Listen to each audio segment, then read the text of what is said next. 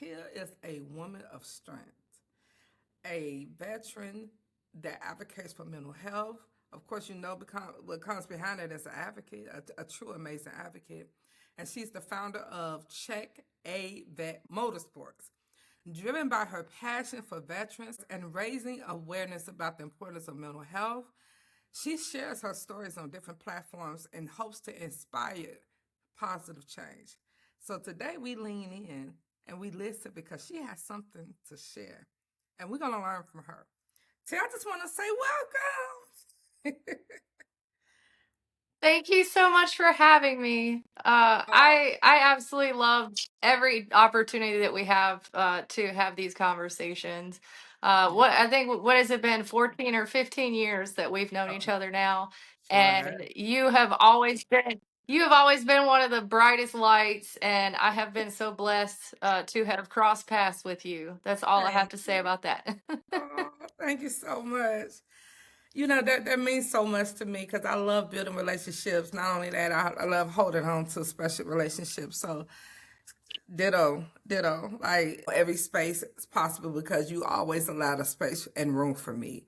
So, I really appreciate that. And we're just going to dive right on in, Tim. You know, we talk about mental That's health. what we do. That's right. And you know, because this space is really about awareness, and we talk about different things. We talk about purpose, and we talk about hardship. But one of the things that I want to ask you, if you can describe this season of your life, what would you describe your purpose within the season? Well, if I had to describe this season of my life, I would say it is a hurricane. Yeah. It has hit with a full force, let me tell you. And my purpose in this moment, I'm doing the best to continue my work in raising awareness and all that. But my purpose right now is to survive, to overcome, and to thrive through the hardships that have come my way. And sometimes that's all you can do. And as somebody that's very driven like yourself, in these times where you have to put more focus into your personal life, you almost feel like you're failing in your professional life. But I know that it's very important for me to collect myself behind the scenes and to give my best self to my purpose and my future. I am still doing a lot of the things that I normally do. Just I have cut back quite a bit. Still doing podcasts. That's one of my absolute favorite things to do, is to get my story out there to try to inspire people. It doesn't take a whole lot of time away from the things that I'm working on. And it gives me a chance to still continue to feel like I'm still working on my purpose, which is always to inspire people. I think most everybody is being hit hard with life right now, most of the people I talk to. And just to inspire people to say, look, we all go through it, we go through hard times. To embrace the hard times, as hard as it is, because we always come out on the other side learning a lesson and growing as a person, and really learning a lot about yourself and the people that you have in your corner.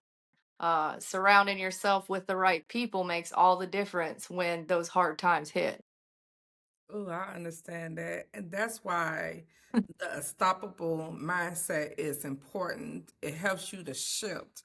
It helps you to call out things that's either getting in your way or specifically helping you. And I want to ask you, in this experience in your life, does being unstoppable mean you never stop, or does it mean you learn how to start again after the setback? What does that mean for you? Being unstoppable means that you have to know when it's a good time to slow down. Um, I used to try to push myself so hard that I would burn myself out. I would fall off of all kinds of engagements that I made. I would over promise myself to people. I didn't say no. I never said no. I said yes all the time. And then I found out that that's it's you can't be unstoppable by doing that. You have to know when it's time to rest. You got to take care of your mental health, because if you don't have your mental health, in my opinion, you don't really have much at all. Ooh, that's so It's so hard to move forward, or to just to be, just to be present, to be active, to be, interactive. I know most people tend to pull away from their friends, their family, their chasing their dreams when your mental health starts to crash. So being unstoppable means you got to know when to stop, when to take a break, when to, really work on yourself, and give yourself some of that time. I'm 44 years old. I just turned 44 in April, and it's taken me this long to really learn how important self-care is. I mean, as a woman, just from taking care of your skin, taking care of your hair, taking care of your health, like eating properly, getting enough sleep, all of those things are so vital to being unstoppable. And I'm very glad that it may have taken me a while, and I'm still learning every day, but I'm glad that I have, started to learn more about, taking care of myself. I love that. It almost like it puts you in the mind is look, we all just to be honest, we all have experienced burnout, right? And especially in the work that I Hmm. do. Like I've experienced that. But I love what you're saying. No, you have to know when to stop. And there was times personally where I kept going and going and going where I didn't take that pause. And you find yourself having no choice but to take that pause when unfortunately something happens. So I love that you take a moment in your life when you don't negotiate when it comes to you, and you practice doing things that's going to transform your life regardless of how much pain you are in. You find passion in that in those moments. And so many people experience pain, but not everyone turns it into a mission. So how do you realize that your Pacific struggle was actually the blueprint for how you were meant to help others? I often wonder that a lot about different, like the difference between somebody that takes pain and like returns it to others, and then the people like me that every time I've ever experienced pain, I've just put that in my pocket as something to connect with others, or to, use it as fuel, as my drive forward. um I don't know what it is. I've honestly always been that way since I was very young. I've always wanted to help people. um I've experienced a lot of pain from the time I was very, very young, and it I feel like it becomes part of who you are, and you know exactly what it feels like. And for me, I don't want anybody to experience, pain. I want everybody around me to be happy. I want them to be successful. I want them to be reaching for their goals. And I try to do everything I can to help make that happen. And that's just like I said, that's just something inside of me. I'm very proud of that part of myself. That's probably one of the things. If you had to ask me if, what's something I'm most proud of, it is, the fact that I want to serve, be a service to others. I'm not a selfish person. I'm very selfless. A part of that being in the military, selfless service was a big part of, being a soldier. And it's always been that way. I don't think it's something I was taught. I don't think it was something I learned. I think it was just something ingrained in me. And as I've gotten older, it's just grown because I've experienced a lot more heartache and a lot more painful situations in life. And I've seen a lot of people suffer, and I've seen what my ability to help others has done. Just from sharing my story, from reaching out to people when they need help, even just connecting to people that can help each other. It doesn't take but a few minutes to say, "Hey, I know so and so. You should talk to them." Yes. Or, "Hey, you're an awesome person. You should go on this podcast and you should share your story." Yes. It's so simple to me. Um, and honestly, I wish more people were like that. I think, that's one of the big downfalls of, the human race is there's a lot of selfish people. And identifying those people and staying far away from them has also been something that I Yeah. have been learning to do as I've grown older. Yes, I agree with that. Yes. So let me ask you, how did you get into motorsports? That is the big question. Well, that actually was like a 20-year progression. When I got into my early 20s, I started going with some friends to the track and started meeting people that had cars. And I'm not gonna lie, there's a lot of us that started in street racing. Started out street racing and finding empty places to go, get wild with the car. And I just fell in love with car culture. A lot of it was like very underground, just friends of friends. But then I started having kids in my early 20s, and I want to say it took my daughter to the track a couple times when she was little, and I just didn't feel like I could put myself there fully, with my kid. And so I put cars and motorsports and all that aside. And this about 3 years ago.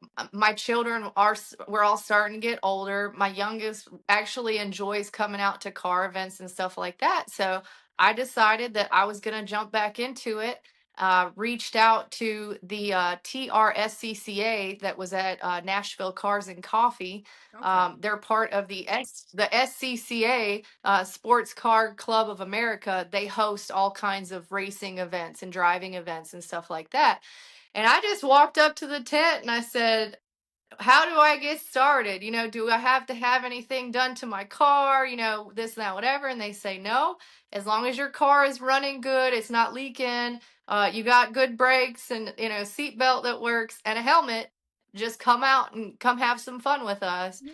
And so I did. And I'm not going to lie, I was really nervous. Because back in my 20s, I was not accepted very well into the car community, especially at the track. Being a female, there really wasn't very many females there. And I got a lot of pushback and rude comments from a lot of the guys. What? And so I was. Oh, it was bad, girl. I'm not even gonna repeat the things that I was told because I don't think you want that on your podcast. But yeah, some very derogatory sexual, innuendo stuff like that. So when I approached the TRSCCA at Cars and Coffee, I actually walked by their tent probably 5 or 6 times before I got up the courage to walk up there, because it was like, I think it was like 8 to 10 guys like huddled around talking, and I was like, "Great, here we go." Like they're gonna be like, "Ah, it's a girl," but no, they were awesome. Luckily for me, the car community has evolved somewhat. I'm not gonna say that it's perfect. There are still plenty of guys that just can't grow up. But Yeah. I did. I showed up. I showed up with my stock car that I still drive today. I showed up for 3 events, and at the third event, I actually started having some oil pressure issues. So I parked my car and found out that there were some people drifting on the autocross track. And I had never seen drifting before. I'd seen it on TV and, on videos and stuff. Right. And I had played around with my car when I was in my 20s, but nothing like what I was seeing. So I walked up to one of the guys and asked him if I could take a ride in the car, and sure enough, he took me for a ride. And it was one of those life-changing moments where you enjoy something so much, you decide that that's what you want to that's what you want in your life, like, all the time. And that was one of those moments. So that's how it came to be. And that was about 3.5 years ago. Oh my goodness.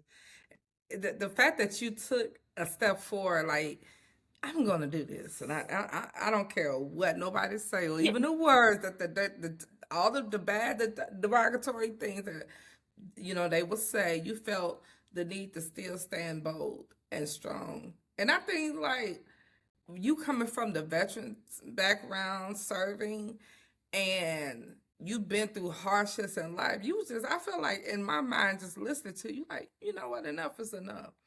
I'm not gonna let nobody tell me what I can do, who I can be. I deserve this, right? And I look back at that day, and I look back at what I would have missed out on if I would have let the opinions of others, or the fear of the opinions of Right. others, That's right. keep me from doing, because I almost did, girl. I'm telling you, I That's almost right. walked away, and I was like, you know what? I don't want to deal with this. I know what's involved, but I stepped out of my comfort zone 100%, and it paid off so big. I mean, it was a life-changing step for me. I'm living a life now that I never even imagined. Some of the best changes in the course of my life have happened over the last 3.5 years.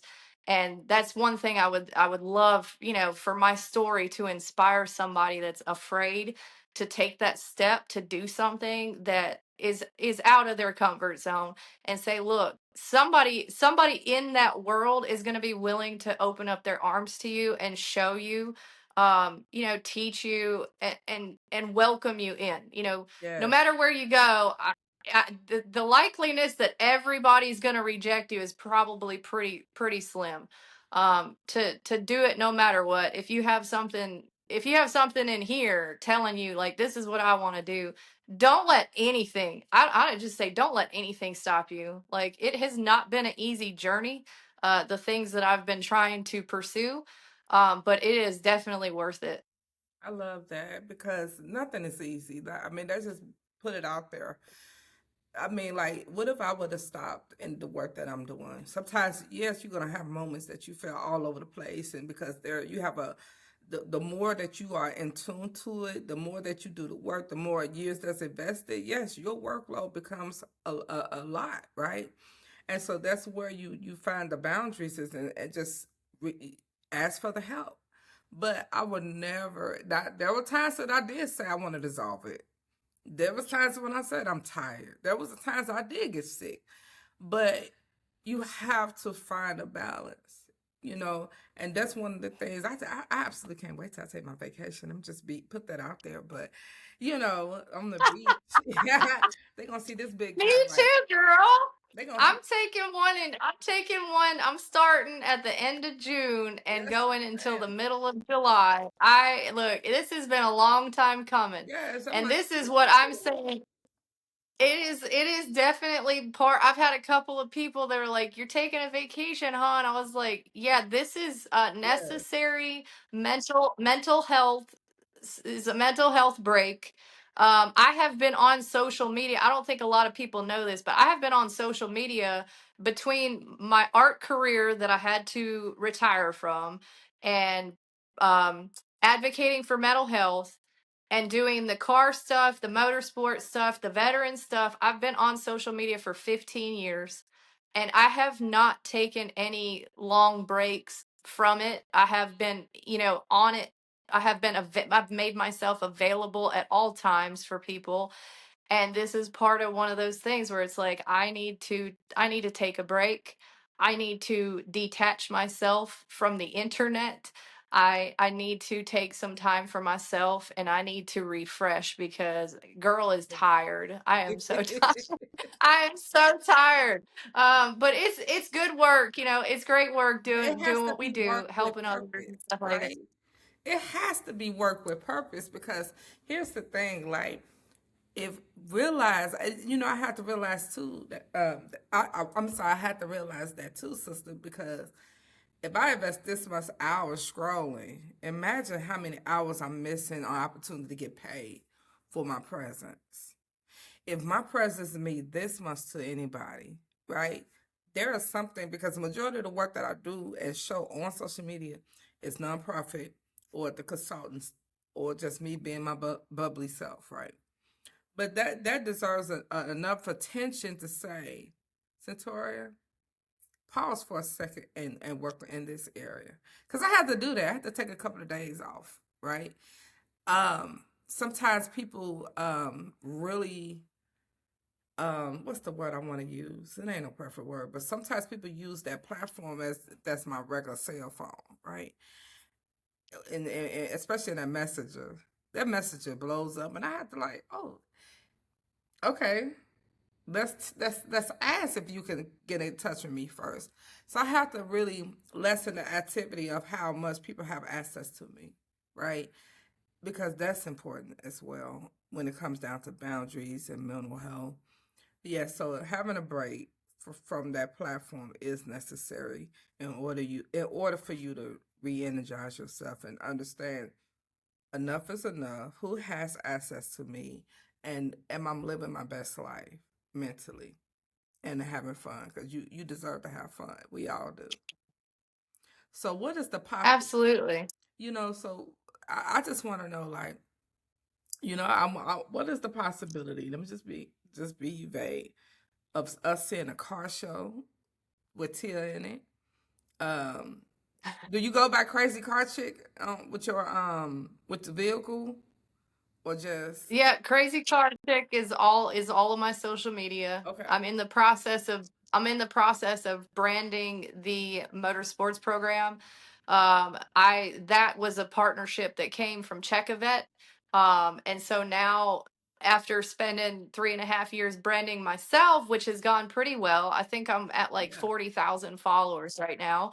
And yeah, Instagram is growing very rapidly right now, and I'm super stoked. I'm hoping it stays that way. I'm at about 1 million views a month. And I guess once I hit 10,000 on Instagram, then I'll start to get paid for those views. Really need to push into going to YouTube. I'm the world's worst at taking all my stuff over to YouTube. There's a lot more steps that comes with, like, putting videos up. You got to do longer form videos if you want to get paid and stuff like that.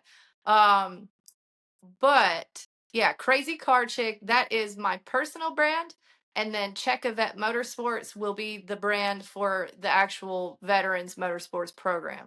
So, starting all over, building a baby from the ground up with Hey, logos and merch and getting the booth set up and getting the cars ready and all that stuff. That's where I'm at right now. I understand that rebranding yourself. Sometimes we have to do that, but sometimes we do have to repivot.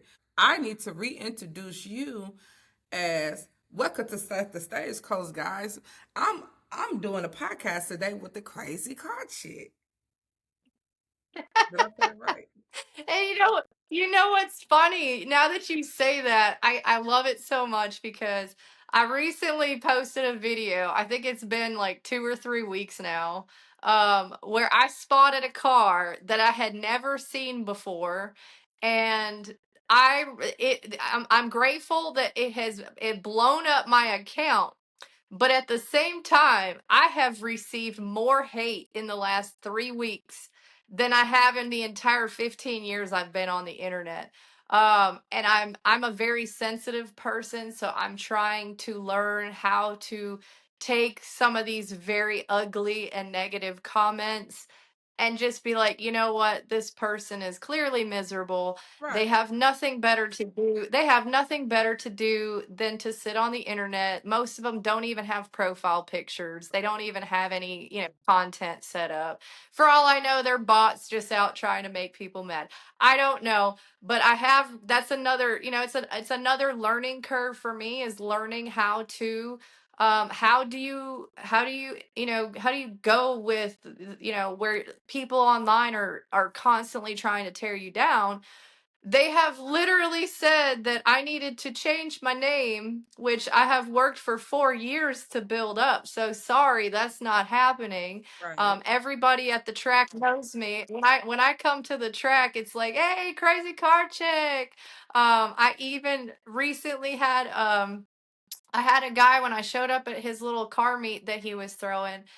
and it made my absolute day. The kid, he just lit up. His face lit up. He was jumping up and down and shouting to everybody. He was like, "The crazy car chick is here. Do you guys know who she is?" And I was just like, "I'm just a girl. I don't know." But it, that it's when it comes to those negative comments that come in and people questioning whether or not I have passion for cars. I'm like, I have 800 videos on my page that I've pretty much filmed all of them myself. Some of them are me driving, some of them are me riding in cars with others. A lot of it is just me driving around looking for cars. As you know, I I am a 100% disabled veteran, so I do not work during the I don't hold a job. And that was something that made me feel like I had a purpose during the day. I started making content, doing the car content to give me something to do, to help me build my brand and to help me get my name out there so that I can share my story. I can, raise awareness for mental health. I can share programs and stuff that I work with that help veterans. And so all the people that want to, throw hate on me, you're wasting your time because I truly, I truly live for cars and the car community, and anybody that knows me knows that's true. So you're not gonna chip away at my skin. You're just wasting your time. That's all I got to say about that. The wonderful thing about how we see life, let's think about the people that probably are just talking in the background. You never hear them. And finally you got the people that's showing that their identity and who they really are. But the reality is because of social media, you could use that as a benefit. Cause I'm just like that. Like, oh, am I making you mad? So you commenting on my social media. That means you viewing my social media. That means you make it aware that you're watching my content. So I would definitely laugh at that and use it as okay, this is just another way that you paying me because you're watching me. Unfortunately, I mean, we just got people like that. No matter if you do, no matter how good you do for yourself, the community, or whoever that's watching you, you cannot make everyone happy. And so the model to that story continue to be the crazy car chick because I love the brand. I absolutely love the picture of you leaning on that car. Like, yeah, I think that was dope, right? Because in that picture, you'll see a lot of guys in race. I used to watch race car driving when I was a little girl in Chicago, right? I used to watch it real. I mean, like literally, I used to watch it all the time. But you will always see them leaning on the car with their uniform, with their look, their uniform on. And I was like, Yeah, oh, the race. she's calling her dream. Like you literally speaking your dream to purpose just by leaning on that car. Like this is your calling. You called it. This is what you deserve, and it's gonna happen. I promise you, as your friend, I'm telling you. I know it's already happening, but baby, you about to see something really hit in your life. Yes, you're gonna be that millionaire. Yes, you're gonna represent your brand, but also you're gonna represent veterans that served in military, that gave their lives. Who mental health was impacted. You have a story behind everything that you do.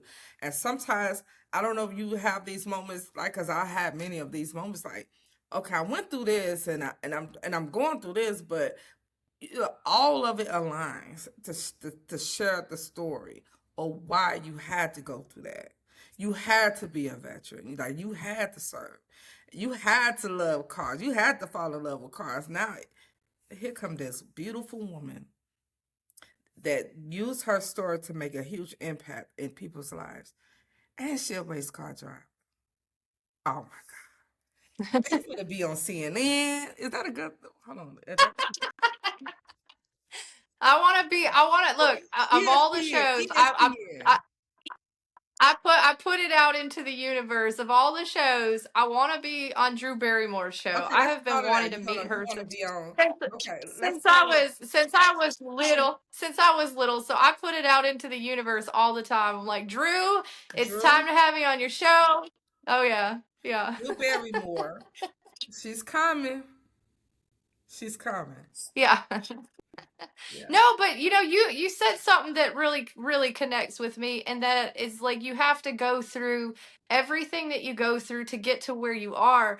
And I tell people this all the time. I look back, and people say, "What do you look back? If what could you if you could change anything that happened in your life, what would you change?" And I go back and I say, "Man, there's a part of me that wishes that I had never served." And I know a lot of people might take that, as a really disrespectful thing, but I was injured by all of the shots that we got in the military. And I've been, chronically ill since I was 19 because of it. Like 25 years now. I've been in chronic pain. I spent 4 years like bedridden where I couldn't walk. I've been to the emergency room. I can't even count how many times. I've had mental health crises where I damn near almost took my own life. And had I not gone through that, I lost my hands are all messed up. I lost the ability to go hiking. I lost the ability to paint. And painting and drawing was like my biggest passion for most of my life. But I look back and I'm like, but if I changed that, I don't know where I would go. I know it wouldn't be Yeah. here, and Yeah. I like where I'm at. I like where I'm going. Yeah. So no, I wouldn't change anything. Like, would I Yeah. like to be healthy? Absolutely. I would give anything to have a healthy body. I mean, if you think that I have a lot of drive and you think I'm doing a lot now, if I wasn't in pain, Yeah. girl, I would be a MMA fighter.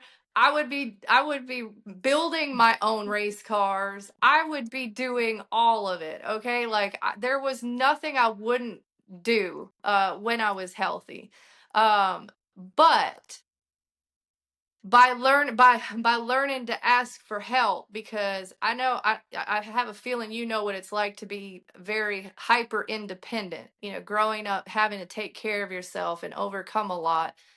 Asking for help is probably one of the hardest things for me. I'm actually in it right now where there's a lot of things I need help with, and I'm struggling every single day. I do not want to reach out to nobody. I do not want to tell them I need help, but I do. And I have found over the last year, I have had to ask for help from a lot of people. And does it suck to set aside your pride and to do it? Absolutely.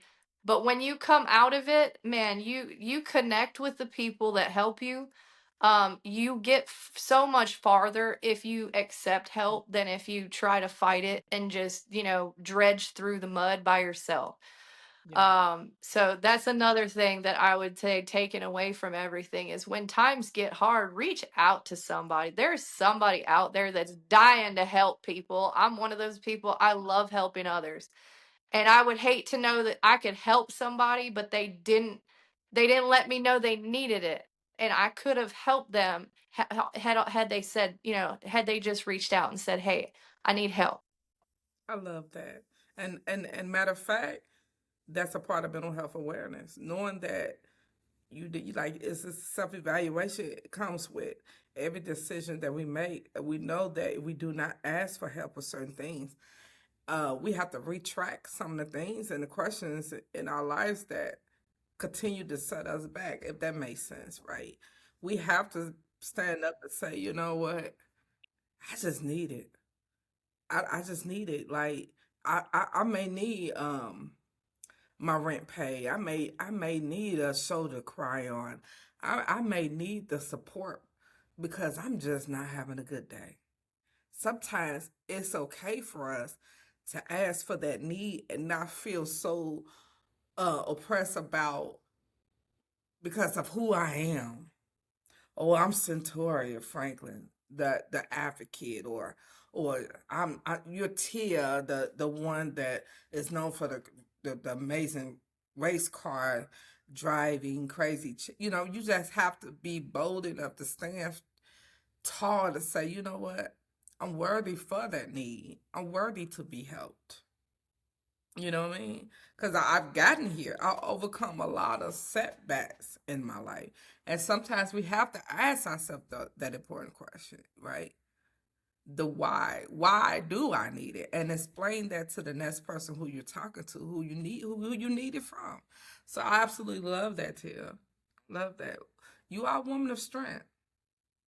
You are a woman of strength. Like, Yeah, well, I like to say I've built up enough strength. I would like for life to just kind of let me have fun for a while. well, I don't, girl. like you get to you get to that point where you're like, okay, I have made it over these hurdles and these hurdles and these hurdles and can I just like go for a swim? Can I just Yes. enjoy the view? Can I just enjoy the sunshine without being worried about everything falling apart? Like that's what I'm looking forward to. I speak it. I don't I know I'm pretty sure that we've had the conversation before about manifestation. And Yes. I saw a video, and I think we said this last time, but I saw a video, and it was Jim Carrey talking to Oprah about how he was homeless and living in his car, and he wrote a check to himself for $3 million and put it in his wallet, and 3 years later he took that check out. He actually got a check from The Mask, and I think it was for $3 million. He sat in the neighborhoods of all of the wealthy people and manifested that that was where he was going to be at some point in his life. And that is literally how I live my life day to day. I drive around. If I see a car that I love, I'm like, one of these days I'm going to be going and I'm going to be getting myself that car. And I hang out with all these people. I go to car shows with $1 million cars. And I sit in the cars to feel what it feels like to sit in $1 million car. I used to think I wasn't worthy of even sitting in one of those cars. And now I'm like, you know what? I'm probably never gonna buy $1 million car because I think there's better ways to spend my money. But I'm gonna be driving these cars. Like that is what I'm manifesting. I'm gonna be hanging out with these people at the barbecue one day, and I'm gonna be driving these cars at the track, and I'm gonna be doing all these things. I'm gonna be traveling. I recently got my passport so that I could go to Aruba in July. And let me tell you, girl, I'm so excited. It's been over 20 years since I left the country, and that was with the military. And she asked me when I went to get my passport, she said, "Do you want the little book or the big book?" And I was like, "Well, how much smaller or bigger is?" She said, "No, no, it's the same size." She says there's more pages in the big book because, if you plan on traveling more. And I said, "Well, I need the big book because I want to tell myself that I'm going to travel a lot because I love to travel." My mindset used to be, well, I can't afford that. I need the little book. It's not going to hurt me to get the big book, you know. But if ever, but if everything goes the way that I'm manifesting, the little book's not going to be enough. So it's little things like that you can manifest into your life. And if you can't tell, it's all coming true. I mean, for 3 years I talked about getting a car donated to my program, and people literally laughed at me. They're like, "You think you're going to get a free car?" I was like, "Yes, I'm going to get a car donated to me." And 3 years later, I got a car donated to the program. And now it's okay, I'm going to have a team of people to help me to bring this program to fruition, to the point where it really deserves to be. And those people are going to come. They're going to find me because I talk about it all the time. I am constantly talking about what it is I want in my life. And when you do that, you naturally attract it. Yeah. People aren't going to know to reach out to you for, to join in on your thing that you're building if you don't ever talk about it. You have to. I actually had I've had a lot of people actually tell me that I needed to stop talking about it so much and just kind of work on it on my own, and this, that, whatever. And I'm like, 99% of all of my connections came from me opening my mouth and like constantly talking to everybody everywhere I go. You Right. know, I stopped at a coffee shop the other day and I literally did like an hour-long interview with the owner. I mean, that's just who I am. And now I have another connection. He's offered the place for me to host car meets if I want to. Helping me, he wants to help me to raise money for the program. Had I just walked in there and got what I wanted and walked out, like look at all of the opportunities that I would have missed out on. If you want something, put it out there. Talk to people about it. Yeah. Go and put yourself in the place where those people are and be seen. That's what I tell, be seen. I think this is my 24th podcast that I've done. I've had a lot of people at, why do you do so many podcasts? And I'm like, it's a platform for me to share my story. It gets my face out there. It gets my name out there. It gets the services that I know that help veterans. It gets those out there because a lot of times veterans don't know about all the programs that I know about. Like it's such a great way to network. I mean, look at me and you, the relationship that we've built over the last like 14 or 15, however long. It feels like an eternity now. But yeah, and all the great things that come out of it. It's put yourself out there. That's all I gotta say. So before we end, I want you to know that you are exactly who God called you to be, right? And so I want you to talk to someone as the crazy car chick that is a millionaire. I don't care if you don't have it.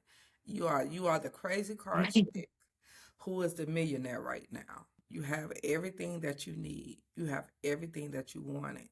I want you to tell someone and two sentences or less, how they could turn their pain into purpose. What is the first thing they need to do to begin? Well, I mean, honestly, the first thing I tell anybody that has some kind of painful story is to put their story out there for others. I can't tell you how many stories that I have seen online that have got me through some of my darkest days. Do not like open your mouth, break the silence, share your story, share your pain. That's a big one. And then to connect with people, connect with the community, and like I said, put yourself in the rooms that you want to be in and share your story. It's as simple as that. I love that. I believe networking can get you farther than anything else in this world. I absolutely love the word network. Network has Yes. absolutely opened doors for me. Network is the word. So guys, and everyone that's listening, you all go follow this amazing woman, right? As you heard, we have been friends, yeah, probably, yeah, 15 years, probably more than that. I'm not sure.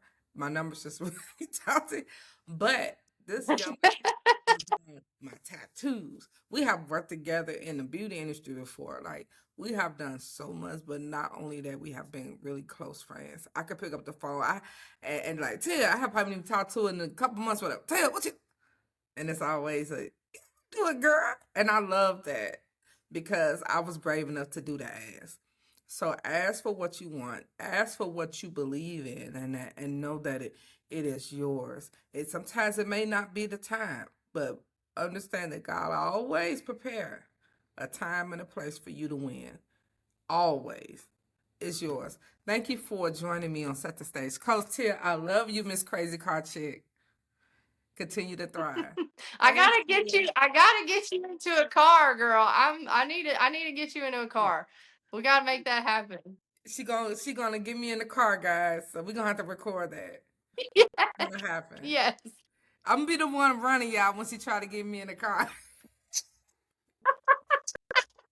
I love you. I love you You're so gonna much. love it. You're gonna love it, girl. All Thank right, you y'all. so much for having me on, y'all. Thank you. Don't forget to subscribe and follow, guys. Thank you so much for watching Set the Stage Coach with Centauria. Bye.